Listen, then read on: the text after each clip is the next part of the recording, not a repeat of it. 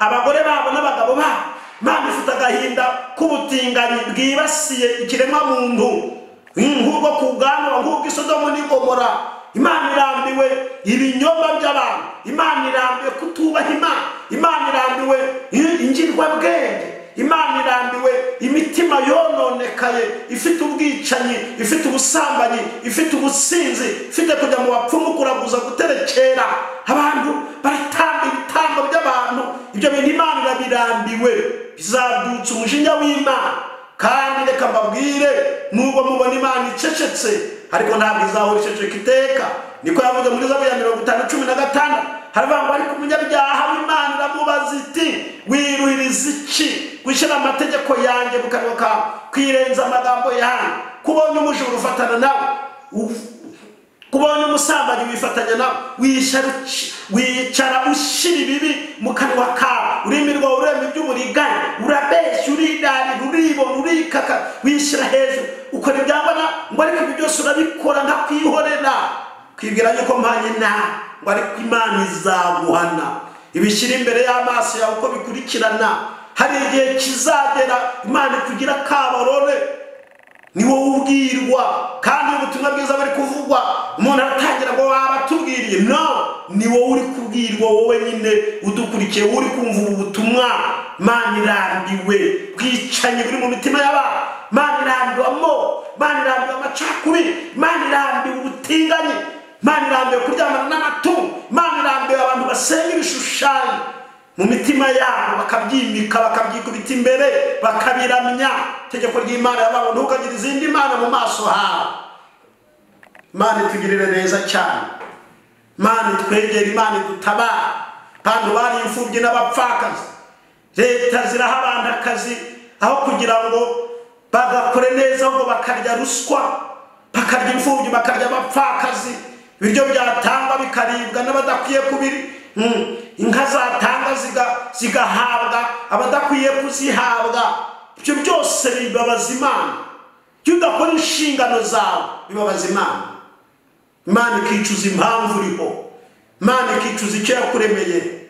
Abantu bo ku bwano barononekara cyane. Ab'i Sodomu n'Igomora murabizi uburyo bononekaye cyane, kugeza ubwo bashatse kuryamana n'abamarayika. Igihe bazaga kwa Loti, ibyo murabizi. Loti aranababwira ati, mfite umugore wanjye reka mubaye, mfite n'abakobwa b'amasugi, ariko barensista bati no, turashaka abo bagabo nibo dushaka kuryamana nabo. Bantu bafite imitima. Ariko ijambo ry'Imana riravuga ngo nimwemera mukumvira muzarya ibyiza byo mu gihugu, ariko nimwanga mukagoma nkota y'Uwiteka izabarya. Nkota y'Uwiteka iza muri byinshi, yaba icyorezo kikagutsemba, yaba impanuka, yaba n'ikindi. Bene data, nshuti z'umusaraba, nimuhungire mu nguge, nimuze mu gakiza, nimuze kwa Yesu. Kandi muri ibyo naravuze ngo mwikomeze ku rutare, ahandi hose ni umusenyi. Imana itugirire neza. Nowa abazi inguge, abantu bamutuka, abantu bamuseka, kababwira mu imvura izagwa, abantu barengerwe. Imana ifite uburakari bw'abantu bayigomeye. Imana ifite umubabaro w'abatinganyi. Imana ifite umubabaro w'abicanyi. Imana ifite umubabaro w'ababeshyera abandi bagafungisha abandi. Imana ifite umubabaro w'abagore bagenda basanga mwandi bagafatwa ku ngufu. Imana ifite umubabaro w'abafata utwana ku ngufu. Ibyo Nowa akagenda byigisha bivuga. Aravuga ati kubw'ibyo rero Imana yarababaye, izagusha imvura kandi izica abantu n'ibintu, ibikururuka n'ibiguruka byose byarononekaye. Imana yaricujije icyatumye irema umuntu. Imana idutabare ngo banga kumwumvira, ariko igihe cyarageze. Imana itugirire neza. Imvura iragwa, amasoko y'ikuzimu arazikuka, imiyoboro yo mu ijuru irekura imvura. Data we, bitangira abantu babifata ngo niko byahoze. Imvura igenda yiyongera, uko yiyongera niko abantu bagenda bapfa. Ibintu birarengerwa, amatungo ararengerwa, inyoni zirarengerwa, ibiti birarengerwa, abantu bararengerwa, amazu ararengerwa, ubutunzi abantu bari barishingikirijeho bwose burarengerwa.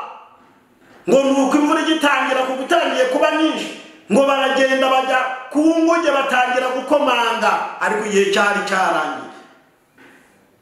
Mwene data witegereze ejo, ubu butumwa burashaka ko uhindukira none, ntutegereze ejo, kuko Yesu Kristo niba atinze kugaruka urupfu narwo rurahari.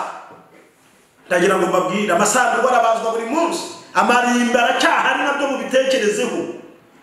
Ni wowe ubwirwa, wowe wigize inyanga guhanwa ukirenza amagambo y'Imana, wowe ubikora ukavuga ngo ntawe ukureba, ni wowe Imana ibwira.